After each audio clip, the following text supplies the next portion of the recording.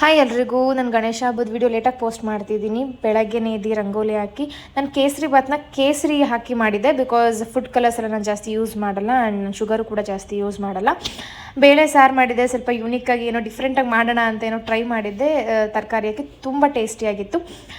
ಆಮೇಲೆ as usual ದೇವ್ರ ಪೂಜೆ ಮಾಡಿ ನಾನು ಭಗವದ್ಗೀತೆ ಓದಿ ಡಿಮಾರ್ಟಿಂದ ತಂದಿರೋ ಸ್ವೀಟ್ಸ್ನ ನಾನು ಗಣೇಶ ಹಬ್ಬಕ್ಕೆ ಎಲ್ರಿಗೂ ಪ್ರಸಾದ ಆಗಿ ಕೊಟ್ಟೆ. ಆಮೇಲೆ ತೇಜು ನನಗೆ ಮತ್ತು ಮಂಗುಶ್ರಿಗೆ ಡ್ಯಾನ್ಸ್ ಎಲ್ಲ ಪ್ರಾಕ್ಟೀಸ್ ಮಾಡಿಸಿದ್ಲು. ಡ್ಯಾನ್ಸ್ ಹೆಂಗೆ ಆಡೋದು ಅಂತ ಹೇಳ್ಕೊಟ್ಲು.